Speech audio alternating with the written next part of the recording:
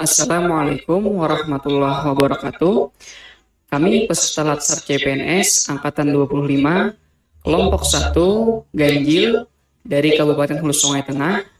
Anggota kelompok kami, saya sendiri M. Riza, Ihwan Rosadi, Laila Rosita, Muhammad Kasim, dan Muhammad Sadik.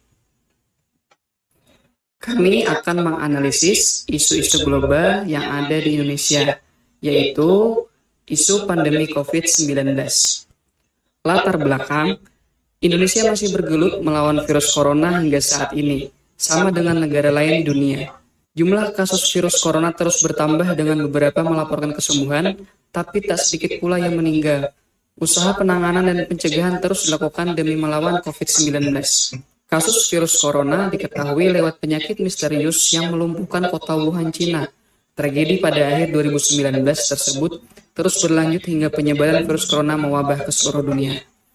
Dengan pandemi yang terus merajalela, COVID-19 tidak bisa dikendalikan secara cepat, sehingga membutuhkan penanganan yang cepat dan tepat, baik dari pemerintah maupun masyarakat. Tahapan penyelesaian isu. Dalam penyelesaian isu, kami akan menggunakan metode pentahelix, yaitu untuk menganalisis isu yang ada sesuai topik. Isu-isu tersebut akan kami analisis menggunakan USG untuk menentukan isu prioritas yang mana yang akan kami selesaikan. Dan isu prioritas itu akan kami bahas dengan diagram fishbone, yaitu diagram sebab akibat. Selanjutnya akan kami selesaikan dengan tabel rekomendasi SWOT untuk alternatif yang ditentukan untuk mengatasi isu tersebut.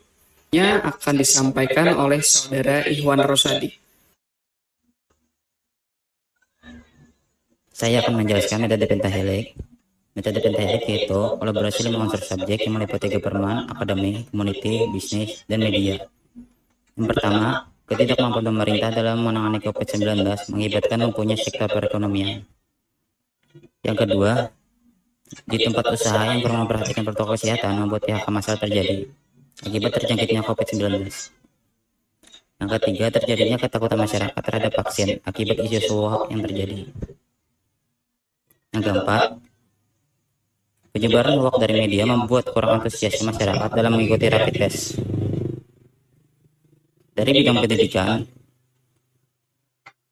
terjadinya COVID-19 mengakibatkan pembelajaran daring dilakukan.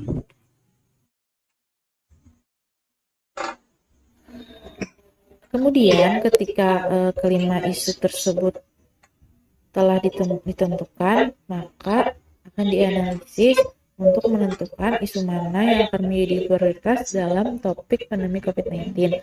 Dan analisis yang digunakan adalah analisis USG. Untuk masing-masing isu akan diberi skor skala Likert dari angka 1 sampai 5.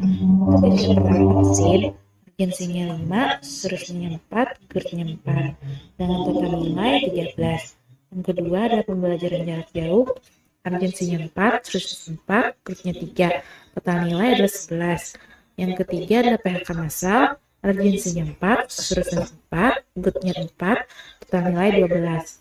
Untuk rapid test, urgensinya 4, seterusnya 3, GERD-nya 3, total nilai 10.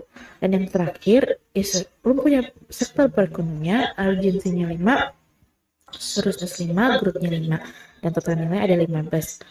Setelah itu akan didapat peringkat berdasarkan total nilai analisis USG tadi, di mana untuk peringkat pertama ditempati oleh isu lumpuhnya sektor perekonomian. Oke, selanjutnya kita masuk metode Fishbone. Ini mempermudah untuk mencari penyebab dari suatu masalah, dan yang akan kita bahas adalah penyebab dari masalah lumpuhnya sektor perekonomian akibat pandemi COVID-19. Dari segi ini kita ketahui kebutuhan masyarakat meningkat sedangkan pendapatan menurun. Kemudian terjadi banyak PHK karena banyak pekerja menjadi klaster COVID-19. Dari segi mesin, perlu rapid antigen untuk masuk ke daerah tertentu. Pengiriman barang terhambat, harus menggunakan masker. Dari segi material, permintaan tinggi, harga barang melonjak, barang susah dicari. Dari segi metode, kebutuhan bahan pokok menjadi langka, harga barang naik, banyak usaha yang bangkrut, banyak penimbunan barang.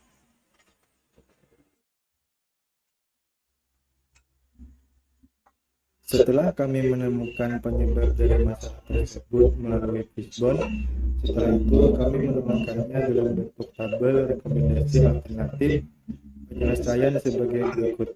Isu yang kami angkat adalah lumpuhnya sektor perekonomian, adapun penyebabnya daya beli masyarakat yang menurun karena harga kebutuhan meningkat.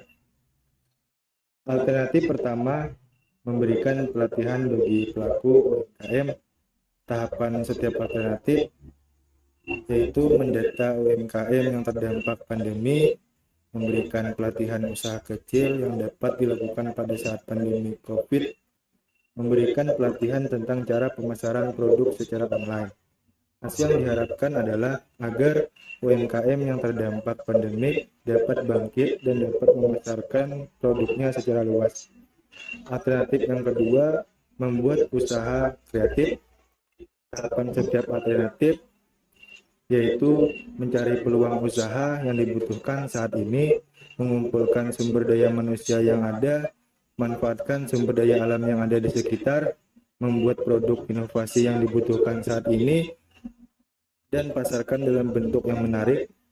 Hasil yang diharapkan adalah agar terbukanya lapangan kerja baru bagi karyawan yang terkena PHK. Lalu alternatif yang ketiga, ada dana bantuan pemerintah lebih merata dan tepat sasaran. Tahapan setiap alternatifnya yaitu mendata kembali warga yang layak diberi bantuan, memastikan calon penerima bantuan, memastikan bantuan sampai kepada penerima, dan memastikan pemanfaatan bantuan. Hasil yang diharapkan adalah untuk mengembalikan perekonomian, pemerintah harus memberikan bantuan dana agar masyarakat dapat membangun kembali perekonomian. Para pihak yang terkait yaitu pemerintah daerah dan masyarakat.